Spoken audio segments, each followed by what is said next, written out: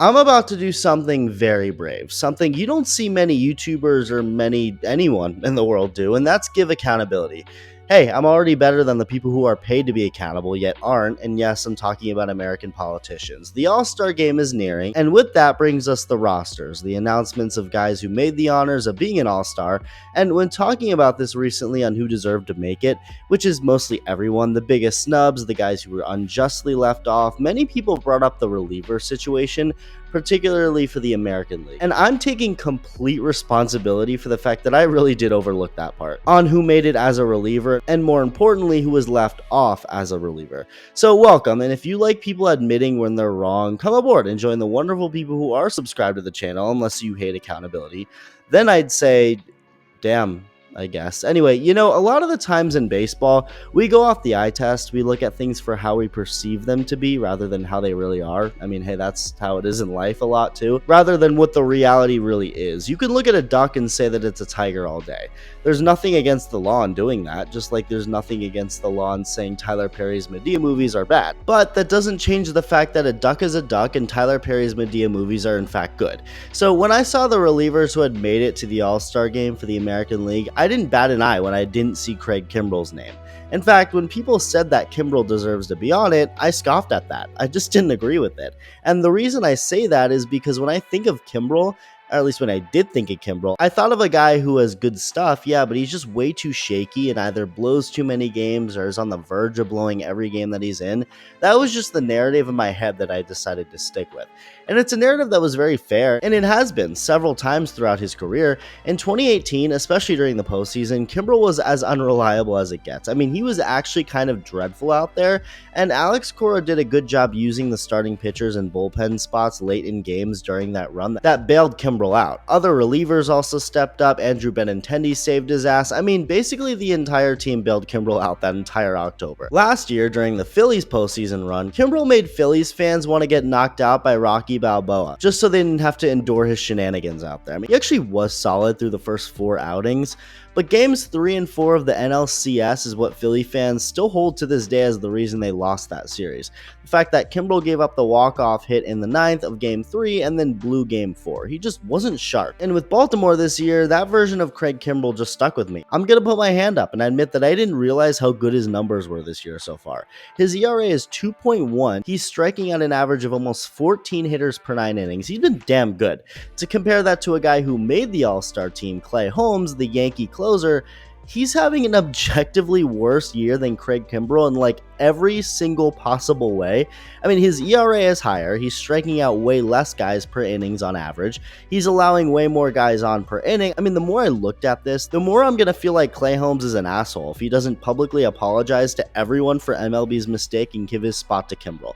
It's that bad. It's that obvious that he doesn't deserve to be an all-star and Kimbrell does. It's very simple. Kimbrell has better stats in like every category. And by the way, if you want to go to the All-Star game and get money off of your tickets, hear me out. Going to baseball games are of course at the top of my favorite things to do. Whether I go with a buddy, with some family, or even if I just decide to solo it, spending time at a ballpark is always elite, and game time helps make everything not just cheaper but also easier.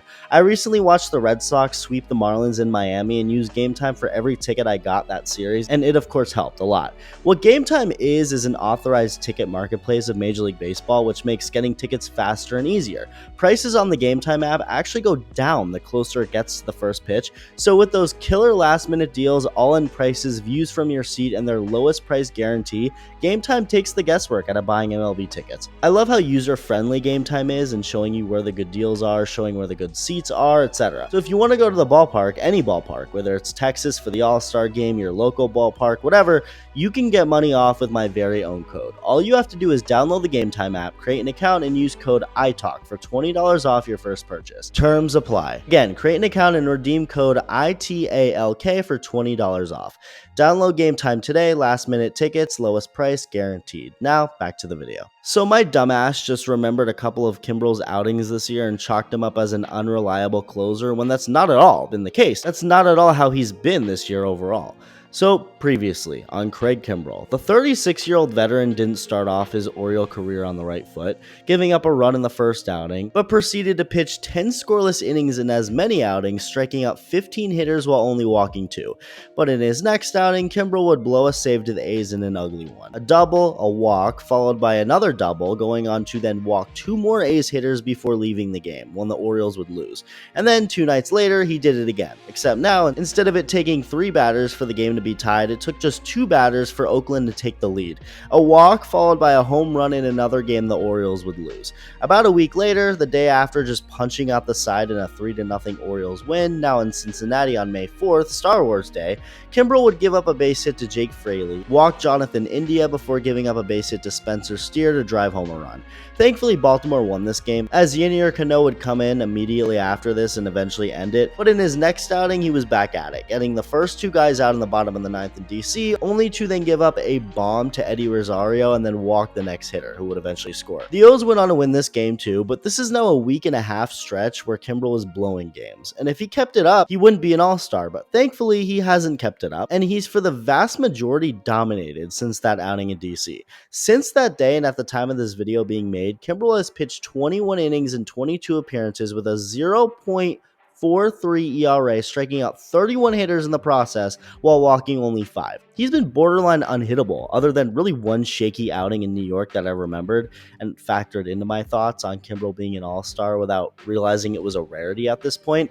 It was a game where he blew a save to the Yankees, but again, other than that, he has been incredible, and the same can be said for the year so far. Overall, the whole thing, other than a few shaky outings.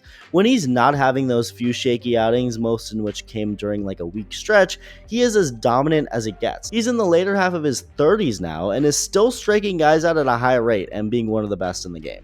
It's really impressive. And it's also impressive and all the more frustrating when you see Clay Holmes as an all-star and you can still make the argument that there's another reliever who not only deserves it over Holmes, very obviously, but maybe even over Kimbrell. Previously in Seattle, the Mariner offense may be for the most part dreadful, but I'll tell you who isn't at all dreadful. And that's Andres Munoz. This dude is disgusting. He's been his whole career, but 2024 is basically him finding it all together. Back in April to begin the year, Munoz did have a rough time, giving up a homer to Josh Naylor in just his second outing, and in his next outing, didn't give up any hits to Milwaukee.